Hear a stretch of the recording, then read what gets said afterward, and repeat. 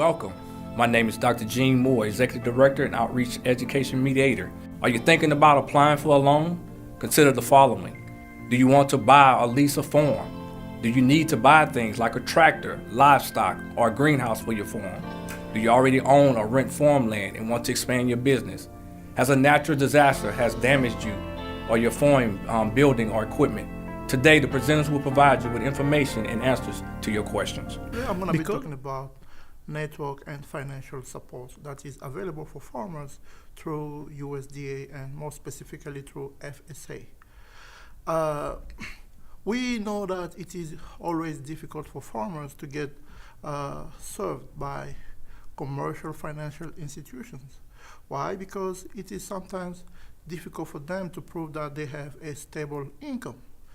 So here we have some economic agents who can contribute to the economy, who can provide healthy food to the community, but they cannot really get access to the financial resources that they need just because they cannot show that they have stable income.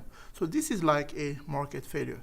So in order to address that market failure, the United States Department of Agriculture, through the Farm Service Agency, came up with a network composed of more than 2,000 organizations that stand to help farmers, mostly beginning farmers. So they help the farmers so as they can be able to grow and become able one day to get access to those funding that are available through commercial financial institutions. So which type of technical support and financial support are available? So farmers can get support to establish their farms, mostly when they are new in the field or new in the sector. They can get assistance from the USDA during time of disasters. They can get assistance to, let's say, to buy some equipment or to purchase some input that they need for their operations. They can also get assistance to purchase farms. Through the assistance that they get, they can also be able to pay some closing costs. Through the network and the USDA, they should be able to also get support in order for them to implement all the practices that are in line with the mission of the NRCS, which is the Natural Resource Conservation Service. But the last but not the least is they can also be able to, they can get what we call grants or loans from the USDA or from the network. As far as the loans are concerned, we can categorize loans in 3 ways.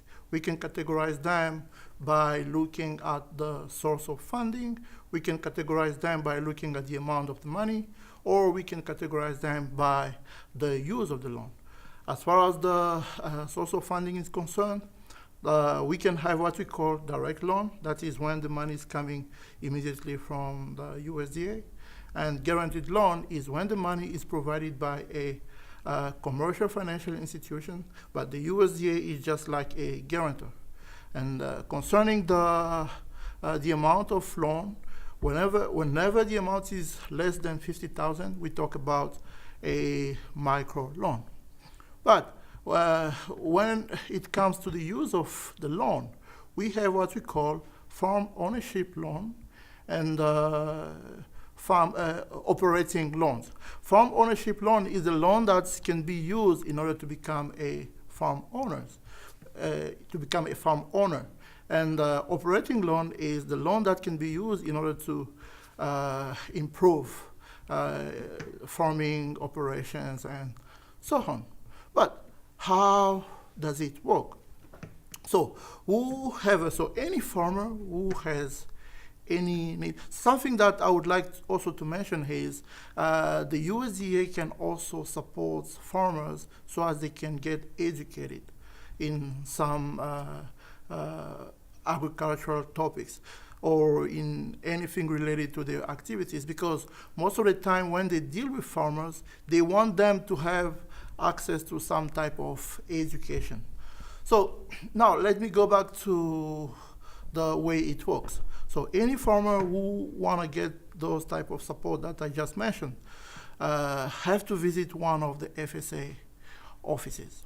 So when you visit an FSA office, you're gonna talk to an officer, and that one, using a specific software, should be able to identify the organization from the network that will be able to satisfy your need. So you just give your information, you tell them what you need, and they will input your information in the system and come up with a number of organizations that should be able to provide support to you. And most of you might wonder, how much is that going to cost to you? I can tell you that it doesn't cost anything. Everything will be done at zero cost. So that means there is no really reason for farmers to not take advantage of all those type of support that are available through the USDA. The first type of loan I'm going to talk about is the farm ownership loan. Farm ownership loan is especially good for new farmers. There are two different sources which you can use to apply for the loan. If you are applying through the direct loan, you can apply for maximum $300,000, and if you are applying through the guaranteed loan, you can apply for maximum amount of $1,399,000. The repayment period for both type is 40 years, but you have to be an eligible producer to apply for the farm ownership loan. To be an eligible producer, you have to meet some certain criteria. For example, you have to be US citizen, non-citizen national, or legal residents of United States. You can also have to have some experience since you are a new farmer. According to USDA, the new farmer is any farmer who has experience in farming less than 10 years. So out of those 10 years, you should have at least 3 years experience to apply for farm ownership loan. Then you should not have any previous debt forgiveness by the agency, and you are ineligible to get any type of credit elsewhere. You can apply for farm ownership loan.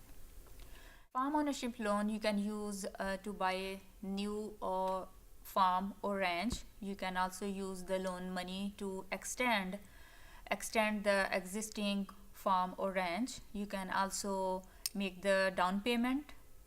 You can also pay the closing cost, or you can also spend the money to soil and water conservation protection limitations. The other loan type I am going to talk about is operating loans. Operating loans are somewhat similar to farm ownership loan, except the eligibility criteria is little different. To be an eligible farmer, you have to be a US citizen, non-citizen national, or legal residents of United States.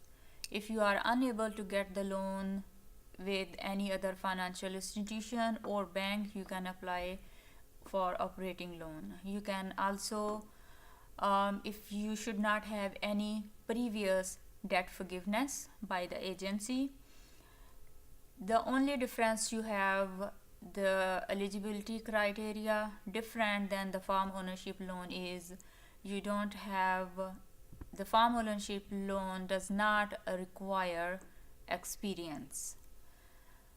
Now, where you can spend this loan, you can spend again on minor reconstruction or changes in your buildings, dwelling, or facility.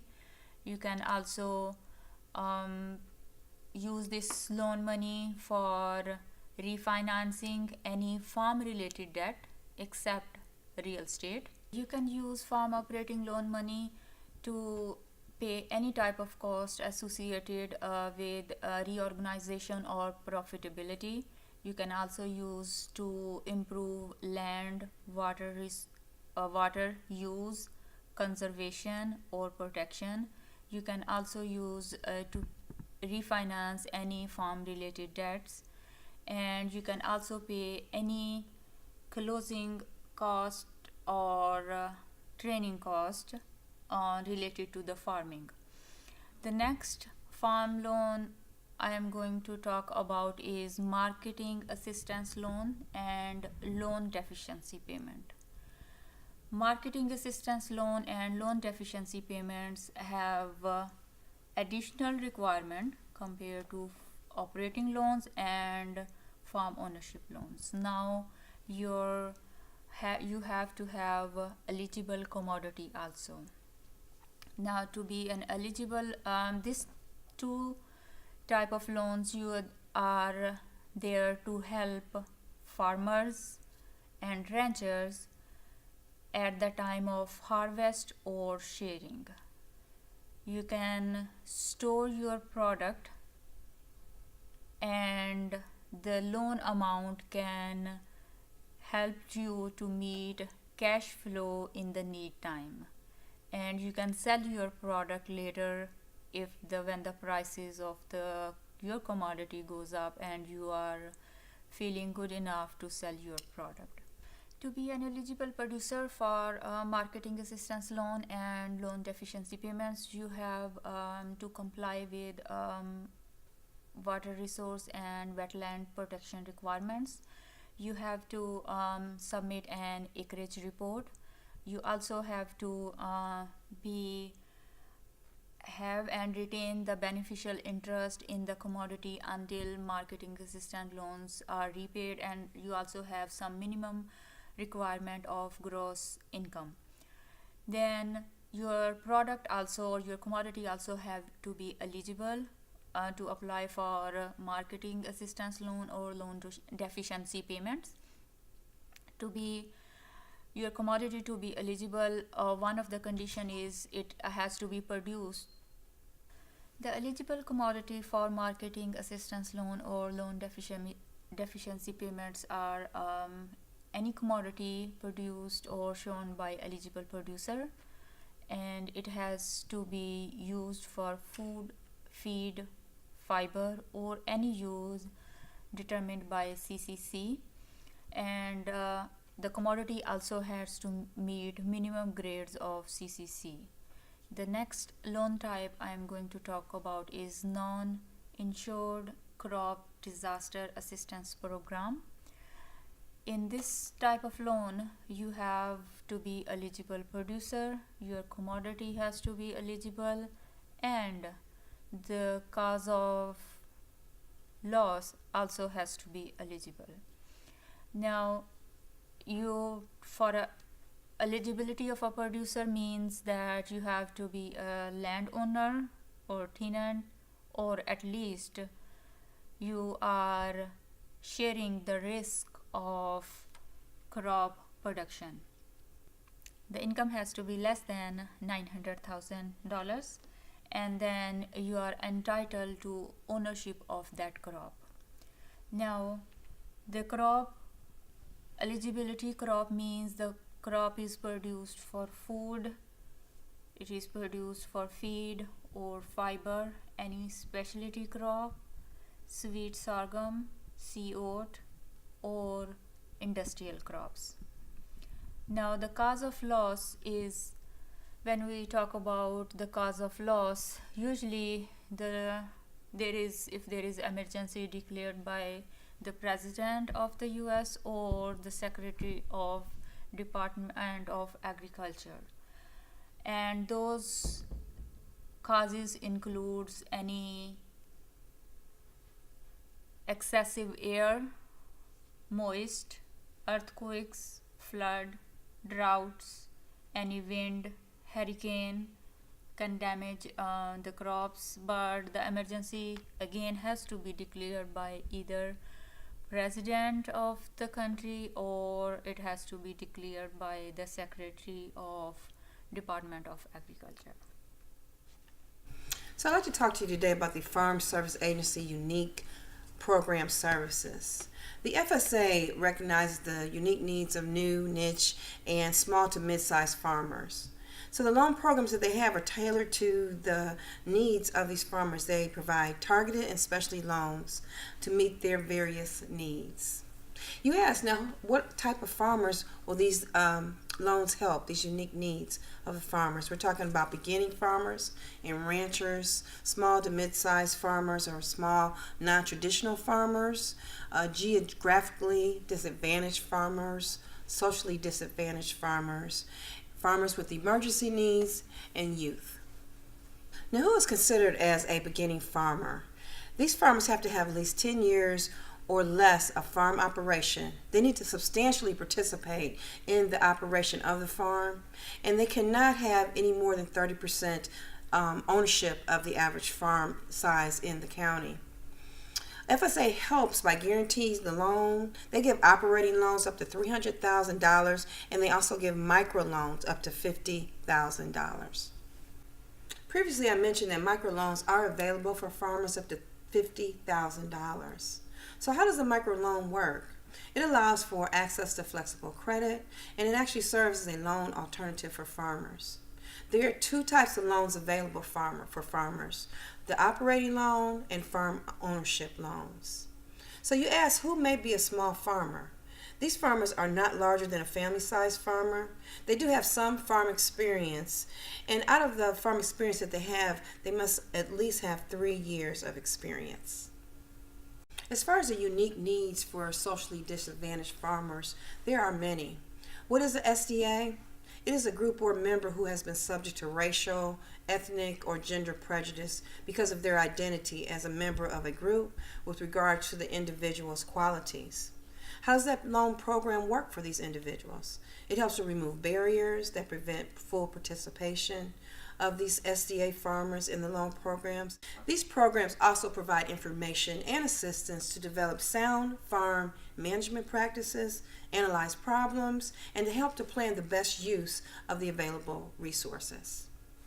Oftentimes, farmers have needs in various areas of the country, and so there are geographically disadvantaged programs for farmers and ranchers. Who can be considered a geographically disadvantaged farmer? These farmers are normally from the states and territories of Hawaii, Alaska, Puerto Rico, Guam, American Samoa, and Northern Mariana Island.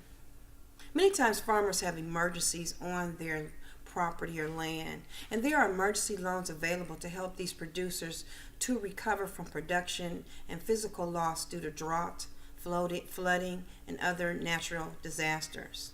Oftentimes, these loan programs help to restore and replace essential property.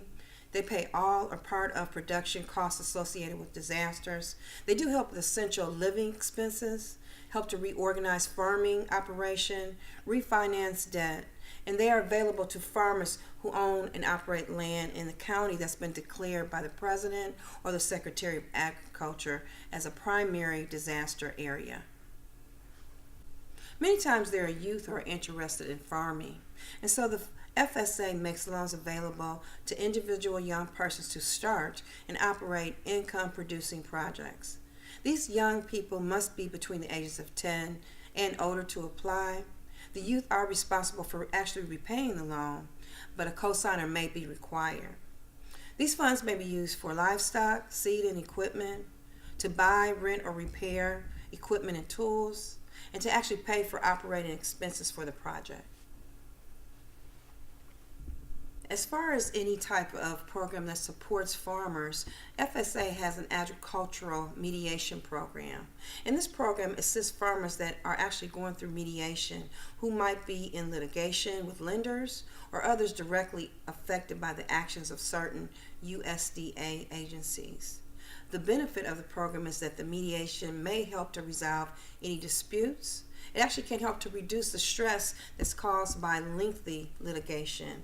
And also, the information is confidential and could not be used for other legal action against participants.